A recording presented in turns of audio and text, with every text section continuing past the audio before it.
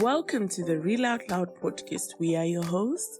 I'm Nicole, and with me is Pinky, and we are back again to talk about life and how to face its unpredictable trials. Keep listening in for insightful thoughts and actionable tips. The job you spend years waiting to be promoted into is given to a new employee. The partner you loved leaves you for another. The friend you trusted runs off with your savings, your monies, you lend them in good faith. There are endless reasons why you might be sure you deserve to spend the rest of your life bitter and resentful. But is bitterness worth it? Hello guys, and welcome to another insightful episode today. And we're talking about bitterness. Hi, Nick. Hi, Pinky. How are you? I am good. I feel like you want to say, hi, I'm Nicole and I'm bitter. Like I'm in AA. Yes. Hi, guys. I'm Nicole. I've been bitter and I'm in bitter recovery. Bitterness recovery.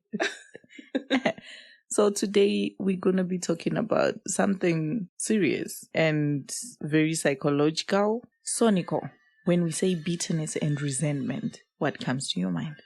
Okay, what comes to my mind when you talk about bitterness is being angry, being unhappy is a result of a different number of reasons. Like maybe you might be going through pain because of a certain, occurrence that has happened in your life. It could be grief, it could be loss, it could be disappointment.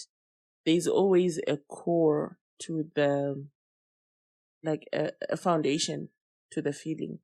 It's rare for a person to just get bitter because someone has bumped you in the streets. But you can get bitter if a family member disappoints on a particular expectation that you had towards them, to say maybe you needed to be loyal to me, you needed to love me, and I'm facing some level of rejection. That can actually be a cause of the bitterness. So normally, even when you think of food, just think of food, basically, a food item or drink. Sour grapes, they're bitter. Yeah. Lemons, they're bitter. And that unpleasantness of the taste, it lasts longer. So I feel like bitterness is an anger that has, that has been brewed over time. All right. And it becomes like a frozen kind of like anger. Frozen that anger. Is stored internally. It doesn't usually manifest. Like you can't look at a person and say, "Hey, Pinky, you're bitter." You know. But sometimes the moment they start uttering words to you, you start to feel. You start to pick up some of that bitterness. Sometimes the way their negativity in their thoughts, in their actions, in the way they deal with people, you start to see the bitterness manifesting. I don't know, maybe you can think of something else. Sometimes you can't even sleep, you avoid certain places, So I am thinking there are many reasons why people are bitter, or many reasons why you can be bitter. And if we say bitterness, it's a broad word. We want to dig deep. So on this segment, we want to find out why people may be bitter, or the causes of bitterness, or the symptoms of bitterness. Okay. And how we can basically deal with bitterness. So where do you want to start? I think we'll start by, just tracing back some of the sources, like bad experiences, bad encounters that kind of like people had, and that cause certain underlying issues that then continue to manifest even after the trigger is long gone or something like that. Like, for example, I'll start off with giving an example of my personal experience. My personal experience was I went through a very ugly breakup of a long-term relationship that I was in just a month or some few days just before the loss of my mother. So all that intertwined, it kind of like left something in me, that frozen anger in me that I thought I was fine until I started realizing there were places that I was avoiding. I was avoiding my spirituality. I didn't want to pray. I didn't want to hear anything to do with God, with church, with certain people. I would cringe at the sight of certain people, at the thought of certain people. So sometimes loss in its essence, it can Yes. actually bring about bitterness. So you were bitter after losing a relationship, Yes. and in the same time you're trying to deal with the loss, you also lost a parent. So it was intertwined now. And you know, sometimes loss is not only in losing loved ones to death. Loss can be in, I've been cheated on. This dream that I had for our relationship, it's gone. You know, the faith I had in you as a sister, as a friend, it's gone. It's not there. I've lost a house. Maybe I used to be this rich person and I'm back down to nothing. It's like you said, you lost a 3-year relationship. So let's say you lose this relationship and then the person goes and proposes within a month to someone. Ooh, sister. Mine proposed after 6 months. You were keeping tabs. Okay. After 3 years of my life. Exactly. What did this come to? You see. All right. So let's dig deep and find why people turn to be bitter, or what leads to people to bitterness. I'm thinking childhood experiences, abandonment as a child. Your parents left you, or you were abused as a child, or you were not loved as a child. You never experienced love. Neglect. Okay. That might be a cause of bitterness. I'm thinking, yes, when you talk of abuse, my mind goes many places, like the physical abuse, you know, being beaten for no reason, being accused of things for no reason, being bullied by friends in school, whether at home, wherever. It can cause bitterness in a person. Maybe being sexually assaulted as well. It's one of the things, because, you know, you don't have control over what's happening. But these things are just happening to you. And obviously that's going to lead to bitterness in a way. So bad friendships, bad relationships. Yes. Yeah, like you said, being bullied.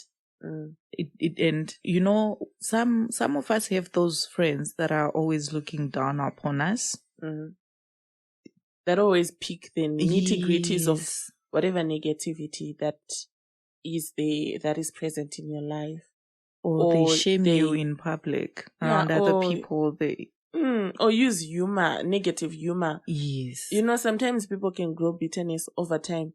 Like, for example, there was an incident of a child who ended up committing suicide. It was all over the news, I remember the internet. That one. And when they were trying to dig deeper into the reasons, because they thought the child was fine, they only got to realize she was being bullied over her complexion. So you can think about such things that you may feel like they are very small. To someone else, they can be big, and they can grow and manifest into something bigger over time. And I'm thinking also, repetitive bad luck. Sometimes we go through unfortunate incidences as people. Yes. I get a job, I lose one, I get this, I'm trying to move on with my life, something stolen. happens. You know, just a series of unfortunate events. It can also start to make people feel bitter, because you'll be thinking, maybe I'm not designed for anything good. Yes. I'm just designed for pain, misery, negativity, nothing good my way, you know? Yeah. And I'm thinking bad career moves. Yeah. In our last installment of careers. Yes. Remember we spoke about when a person might get human trafficked. Exactly. So before that happens, you're not thinking that is going to happen. You are excited. You are moving to a new city, a new place. You are climbing up the corporate ladder. Then you get there. Things go south. Things go sour very fast. A bad career move. Or and you know, move to Ukraine now, and then war starts. Yeah. You know, I'm just thinking, sometimes the internet doesn't forget, you know. True. Sometimes we find ourselves doing, you know, certain careers. And then our children and our grandchildren are exposed to that information and whatnot. And over time, people start to judge you or view you from that lens. It can create a level of bitterness in you as a person as well. And just jumping right into something different, I'm thinking, big deceptions. We have families where people have been, I'm staying with you, Pinky. I'm thinking you are my sister. Yes. Only to find that you are my mother's daughter. You are not like a cousin from far away, Or in or that sense. I get married to someone and then they hide that they've got a child. Only later, at a later stage, I get to realize they've got a child who's actually very old. Or I'm dating you for 3 years, then I find out you are married, you have 3 kids. Oh my goodness. And I'm engaged to you. Obviously, I'm going to get bitter. I'm going to get disappointed. The person I've been calling my aunt this entire time is my mother. Mom, Or I was not told that I was adopted. Exactly. That's deep. In my experience, I didn't know that I was bitter. I didn't know the cause of my bitterness until I started speaking to someone, like generally. Then I found out that there are places that I avoided going or topics that I avoided talking about. Yeah, like I had a resentment towards certain areas, or like phobia. If you say, let's go to this place right now, I will tell you, no, I don't want. Or if I go there, I will be quiet. I will be in my own zone because I feel attacked. I feel I'm not safe. I feel I don't want to be here. We might have those who might not even know why they are bitter. Sometimes there will be obvious reasons. Sometimes you can't really place your hands on it. That's why you see that sometimes counseling is very important, or therapy is very important, because it helps you to discover certain parts of yourself, or just mere conversations, Sometimes it helps you to discover parts of yourself that are actually struggling, and you can't change what you don't know. Yes. There are people that have been brought up in family, maybe they've been diagnosed with a certain illness. When they look at the illness, they just think, okay, I'm just feeling this type of way because I'm sick. But sometimes the feeling, the emotional feeling that is behind the sickness as well, can be having a negative influence and an impact on the actual experience of the bitterness. You might find you are having heartache, heart problems, or you go to the doctors, you're having these physical problems. You can't really understand what's going on. There's no medical cause to it. But sometimes it could be because you've got things, resentment feelings, anger, unhappiness, pain, and hurt that you are sitting with for a very long time. Anger. And then it brews into something bigger over time. Yes. Like that. I'm glad you're bringing that up because I wanted to talk about symptoms. Okay. That can help us to identify when we are bitter or if we have bitter feelings. There are such feelings as helplessness, or blaming yourself a lot, or feeling edgy and aggressive. Some people have sleep troubles, or appetite change, or even low sex drive. Okay. A lot is coming to my mind right now, or lowered motivation. It goes back to the low self-esteem, or the phobias around revisiting places that remind you of the event. Sometimes you get helpless because you feel like you're out of control of the situation.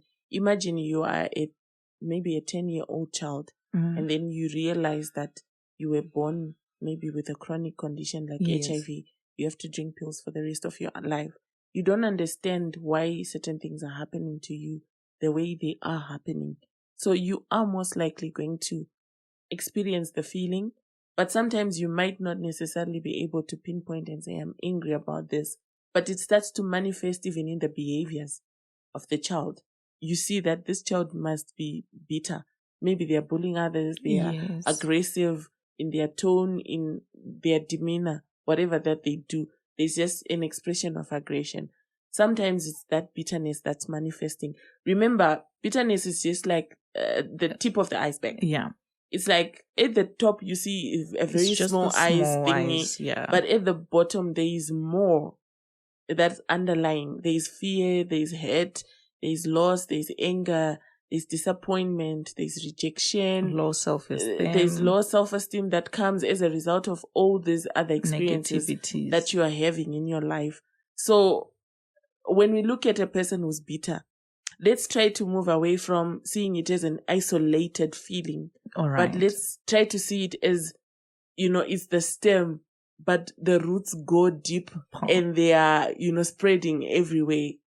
And we need to find out what are the sources when we have to address it. So we are saying, in order for you to know that you are bitter, or for you to know the causes of your bitterness, you need to dig deeper. Don't look like I'm angry. I'm always angry, or I'm always aggressive. What is causing you to be aggressive? So dig deeper, the roots. For me, I feel heavy at heart when I see certain people, or when I think of a certain person. Just that heaviness at heart. I don't see it as maybe I'm having a heart problem or something. I actually need to find out what has been on my mind for the past couple of hours or minutes or days that has made me to come to this point in this time where I'm having this particular feeling or this particular experience. Sometimes we let go of the things that we spend more time thinking about, yet those are the sources of the emotions that we have on a normal basis. So keep tabs. Yes, definitely keep tabs on yourself. Yeah. On yourself. Yeah. So we're just going to take a short break, and after the break, we are going to be talking about impact of bitterness. Stay tuned.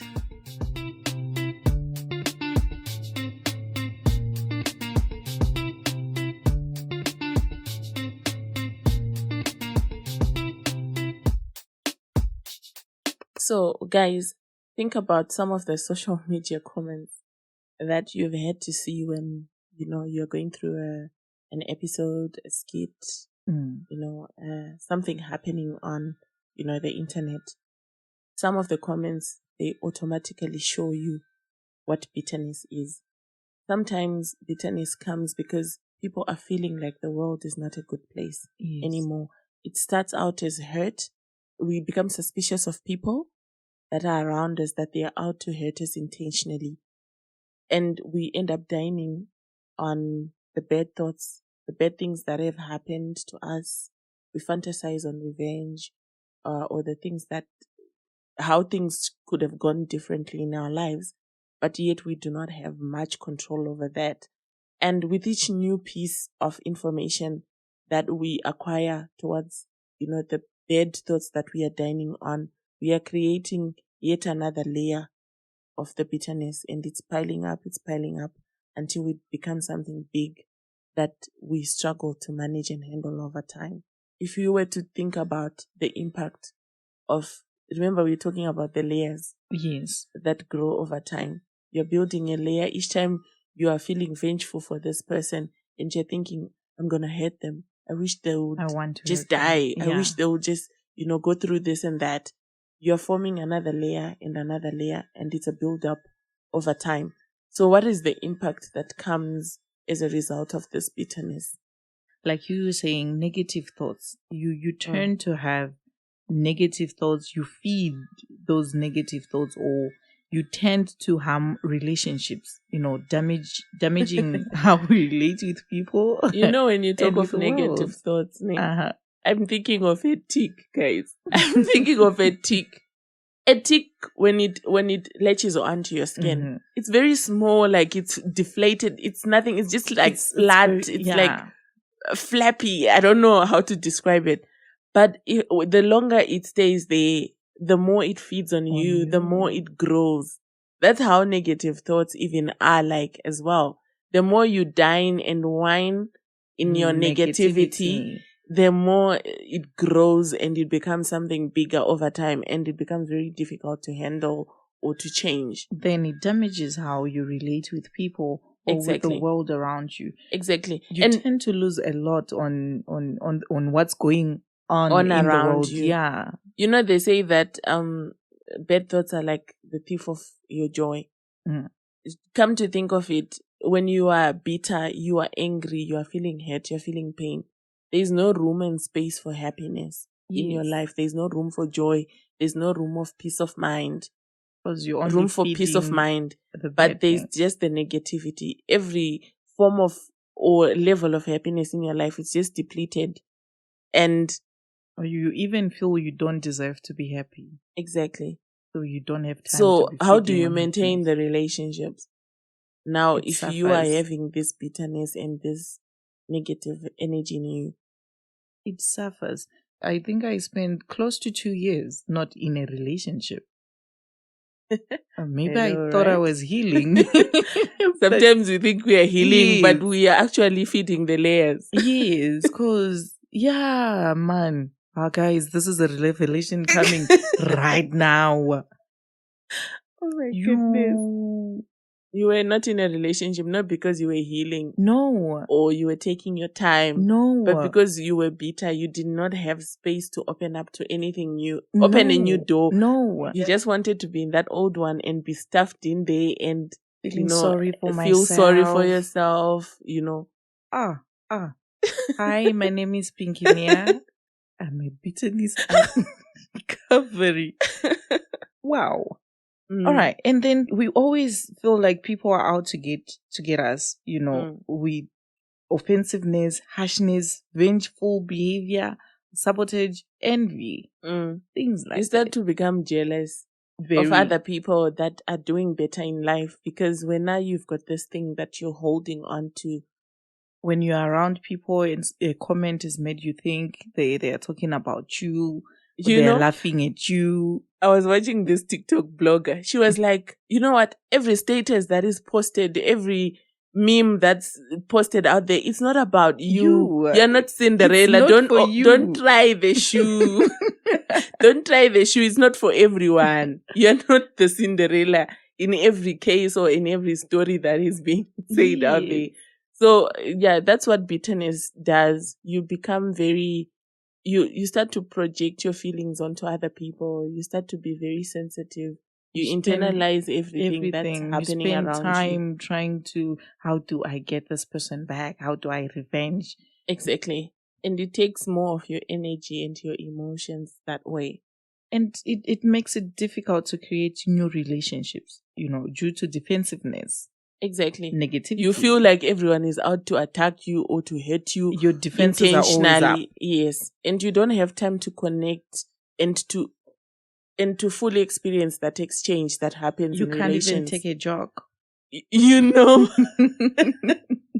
We joking. After you joke, next thing I'm sleeping in my bed, I'm thinking Pinky was saying this. She must have been talking about me. But it's not really like that, Ooh. Sometimes it also has a negative impact on our own mental and physical health due to the adverse effects of these negative emotions.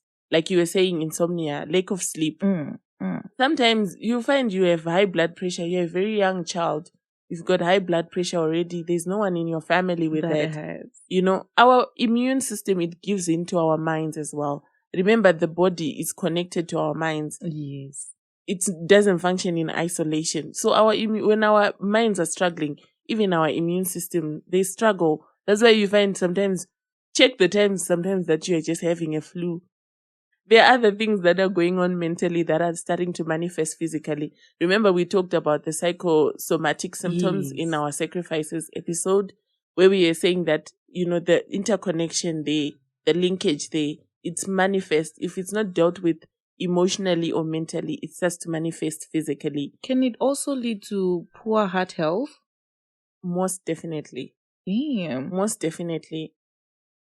You're just feeling this pain in your heart. You go there. There's nothing wrong. You don't have a fracture on your heart. There's nothing wrong. But your heart starts to give in. And I don't know how we were created by God. You feel love.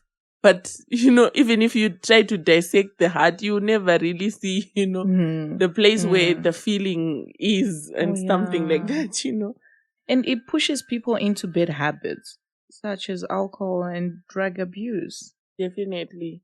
Because you want to feel good. Remember, we said it depletes your ability to feel good about yourself, to feel good about life, to start to see the world as a good place. Mm. So you are trying to be in this vibe. You know, most people, when they're under influence, Yes. they say, you know what, I'm feeling high. They are start to numbing feel the pain. they're numbing the pain, and they feel like they're in this zone. They can do happy. anything. They're happy like that. But you know, you numb it for a while, Yeah. but the pain remains. The situation doesn't change. It's still there So over the moment time. you get sober, you're like, I don't want this pain. We get something to keep us on a high again. Exactly. That's how you then become addicted to it, because you are always using it for that constant gratification, but it's not coming anyway. Oh yeah, and we all do this in an attempt to numb the persistent pain and sorrow. Yes, definitely. Sometimes we even isolate ourselves. Yes. You know, you just don't feel, people are calling you, come, let's hang out. We've got a bride, we've got a party. You just want to feel like you want to be in your own element. And that sometimes, those are some of the things that end up leading people to suicidality. That helplessness, the helplessness, the isolation. You want to be in your own space. You are sitting in your negative thoughts. You're sitting in your negative feelings. And in the end, you feel like life is not worth it anyway. And it can also, the impact, it can also destroy work and team relationship. Imagine you're in the front desk, you work at a hotel, you are the receptionist there, you are the face of the hotel, and you are bitter. And you know, sometimes we feel like we are punishing other people. Mm-hmm. But we are punishing ourselves, because who's on the receiving end? It's me who's feeling it, not the person that I'm bitter about. Yes, sometimes there are injustices that happen in the world. You know, someone raped someone, they walk freely. Someone stole something, they walk freely. Someone hurt me in a certain way. Their life goes on like nothing happened, you know. But we are the ones that feel the pain, and we sit with it for a long time, and it affects us. Because we are the one who's carrying the thought and the emotion. That's why they describe bitterness as drinking poison and expecting someone else to die. You are the one who's gonna experience the you are gonna experience the influence of the feeling itself. So that's how bitterness is, guys. People don't feel it. That yes, you can scream at me, you can shout at me when you meet me at the counter, like you said, Pinky. But I'll forget about it 2 minutes or 3 minutes later. But now, what are you going to do with that feeling when you remain with it? It's going to be stuck on you. Bitterness is way, way more than anger. Anger, you lash it out, you forget. Exactly. Bitterness, you store it somewhere. You know? You keep storing things inside. You know, it's like a crust. Think of your feet when they are cracked, how uncomfortable they are. That's the same feeling that the bitterness has. All right, so I want to touch on dealing with bitterness. We have found the symptoms, we have found the impact. I want to touch on the healing and how to deal with bitterness, to let go, to set yourself free, to leave. I think I'll start with pay attention to, sometimes there's this meme that has been going on social media that says that pay attention to the feeling that you have after spending time with people. Sometimes it's not about people, it's about you. So pay attention to how you feel when you see certain people, when you're in certain people's company. Pay attention to the thoughts, like we were saying, your train of thoughts, your train of experiences during that week. Sometimes it gives you like the root foundation of why am I feeling this type of way? What is going on with me? What am I angry about? What am I hurting about? What is causing me pain? Because you can't change what you don't know. So that is recognizing the need to address issues and not to bury them. Exactly. Dealing with them. Recognize, deal. Yes. Don't bury. Yes. But you recognize them when you spend time with yourself as well. Yourself. So you say pay attention to the feeling. You know what bitterness does? You're always pointing fingers. Yeah, it's never on others, on circumstances, on situations. But sometimes it's very hard to do like a reflection on yourself. Or it's and like, how you are dealing with the situation. My house was not gonna, my roof was not gonna cave in. Exactly. You used cheap material. Exactly. Your roof was gonna cave in. Are you thinking about it's my decision that led to that particular situation? Or it's acknowledging your own shortcomings Yes. and be willing to consider the perspectives of others. Yes, definitely. Sometimes we like think this. the way we think is the correct one all the time, and we go with it. We But block other perspectives possibilities, of other other people. Yes. possibilities, other options, opinions out there. Opinions of others. That's why I was saying sometimes when you sit with other people, you actually get to realize parts of yourself that you never thought existed. You are getting perspective.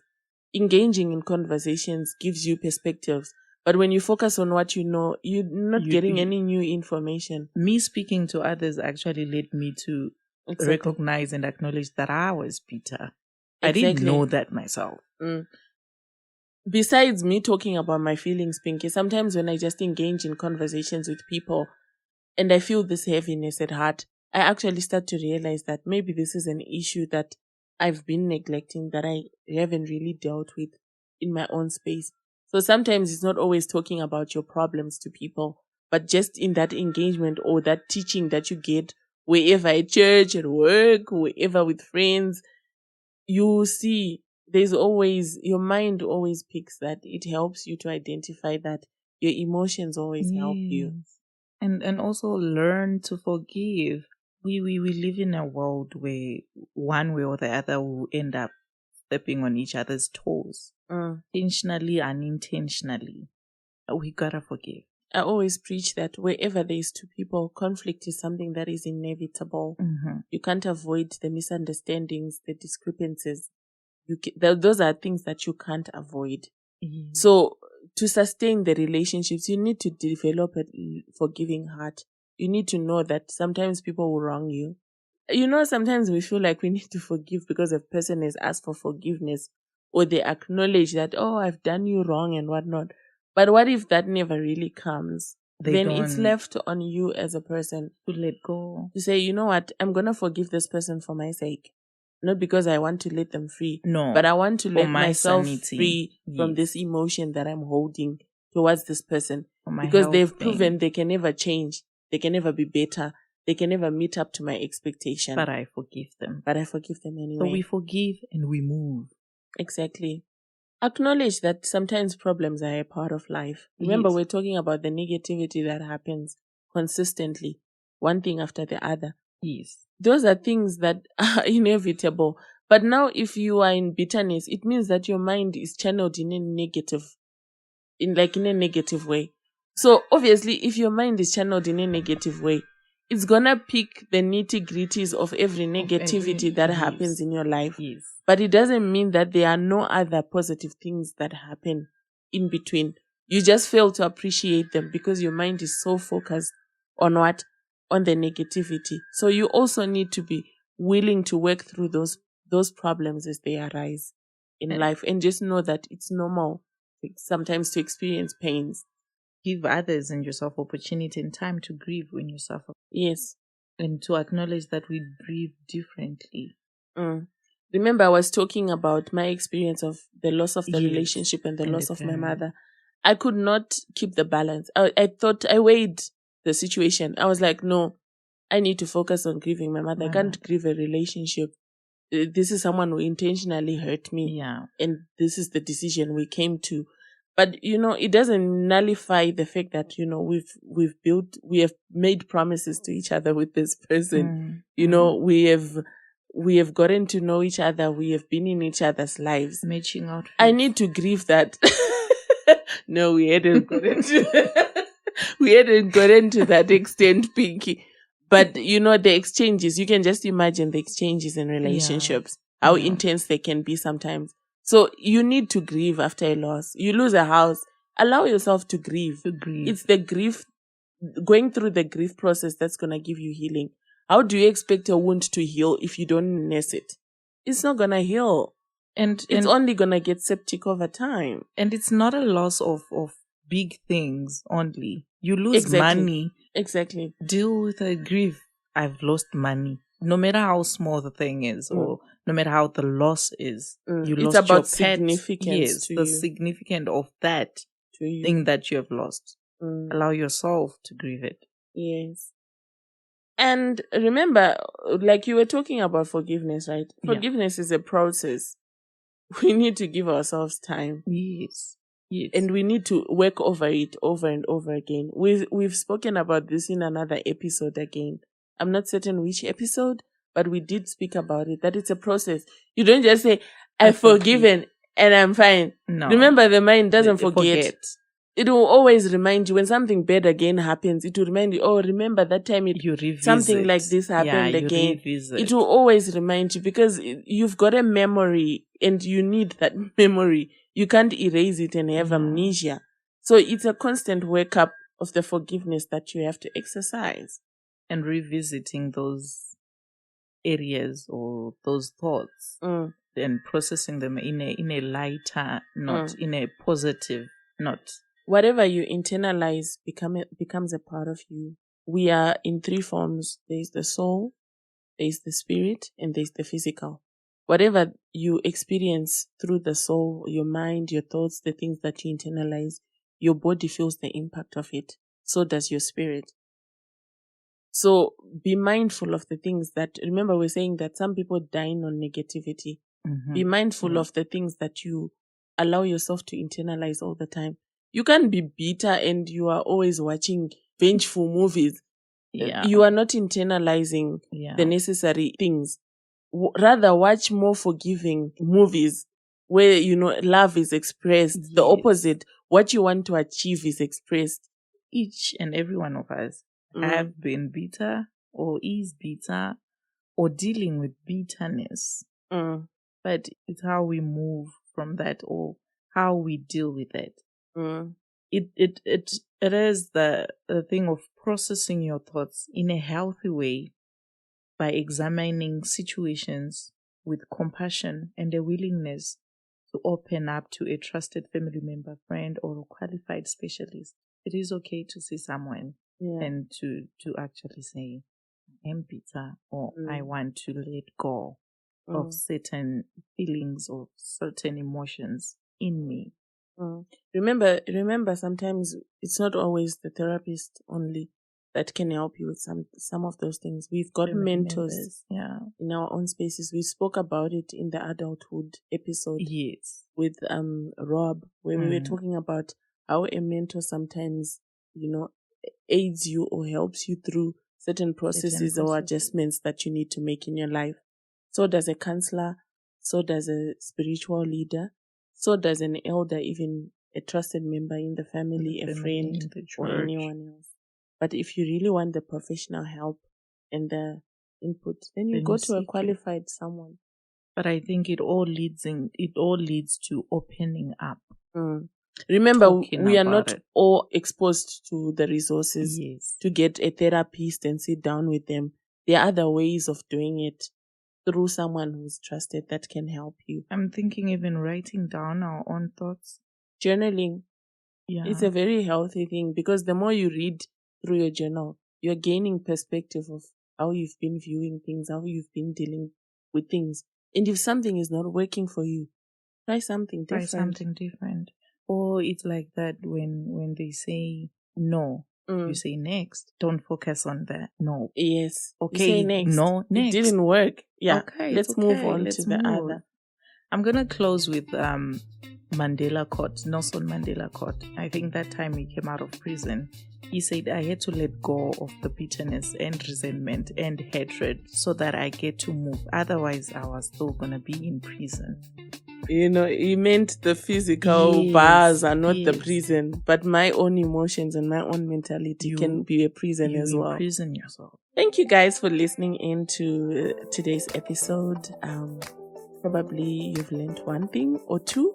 Thank you guys and goodbye. Check out the rest of our episodes on YouTube, Apple and Google Podcast, or anywhere you get your podcasts. There, you'll find more topics that you or a friend will definitely be interested in. Thank you for listening.